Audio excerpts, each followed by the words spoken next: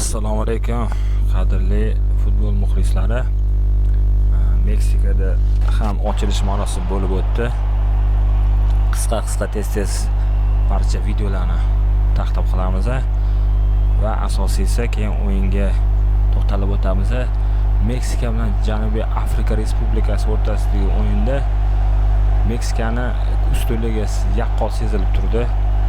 Janubiy Afrika Respublikasi afrikaliklar qarshilik bildirsa-da yaqqol bilinib turdi. Hozir mana gollarni, xavfli vaziyatlarni taqdim qilamiz.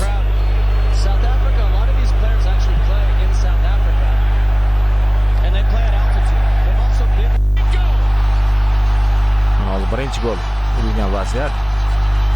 Stadionda boshqacha atmosfera.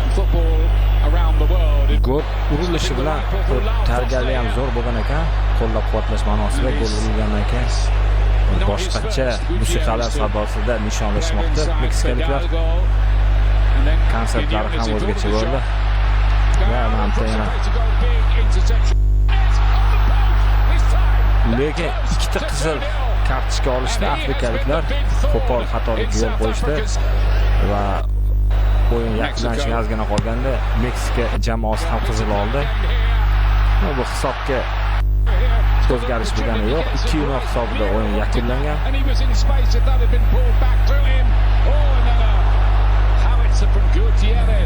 Bu guruhdagi Janubiy Koreyaliklar qit'adoshlarimizni ham o'yini bo'lib o'tdi. Bunga ham hozir to'xtalamiz.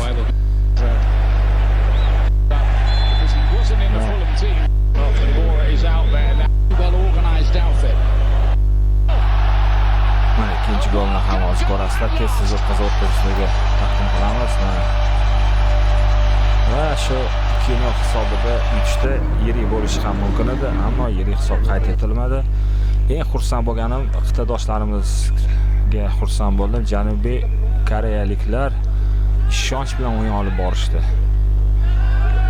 Faqat birinchi taymda omad yetishmadi. Tezlik, jismoniy tayyorgarlik juda alohida ko'rinib qoldi bu chempionatda. Marhamat bilan tomosha qilasizlar. Chexiyaliklar taktikani shunaqa tanlashganmi? Qarshi hujumga tayanib o'ynashdi va ularga bu qanaqadir yordam berdi, lekin oxirgacha emas. Janubiy Koreyaliklar tezligiga baribir bardoshligi yetmadi. Mana birinchi taymdagi lavhalar, yaxshi vaziyatlar ko'p bo'ldi, ammo hammasidan ham foydalanish imkoni bo'lmadi. Ikkinchi taymdagina faqat chexiyaliklar hozir golni namoyish qilishadi. Chexiyaliklar urgan golni. Ana o'shandan keyin ular ham javob to'pi kiritishadi. Ko'rasizlar, xavfli vaziyatlar, yaxshi imkoniyatlar bo'ldi, birga bir chiqib ketgan. Faqat foydalana olisha olmadi.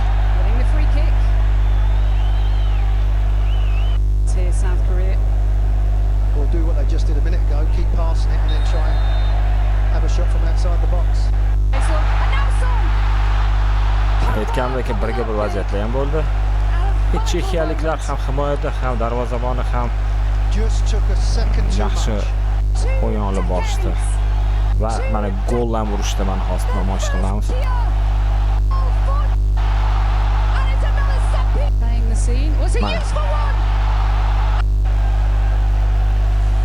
Outdan tashlab berishadi o'yinni.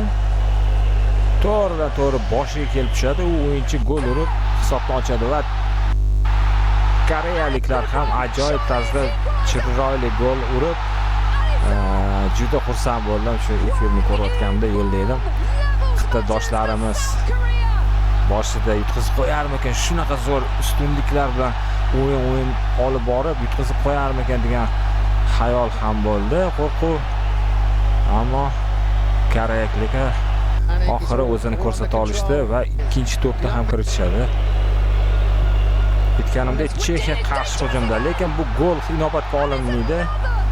O'yindan tashqari holatda kiritilgan. Haqiqatan ham uzatishda qarab ko'rsak, o'yindan tashqari holat bo'lib chiqqan edi. Hakamlarning qarori to'g'ri bo'ladi. Mana Janubiy Koreya hatto tez bo'lib ketganidan darvozabon ham reaksiya bildirishga ham vaqti yetmadi. Tabriklaymiz koreyaliklar, xitoydoshlarimiz. What a save. Bizni kuzatishda davom eting. Sizlarga oxirgi yangiliklarni uzatib turishga harakat qilamiz. Fidoyilar guruhi. Ko'rishguncha.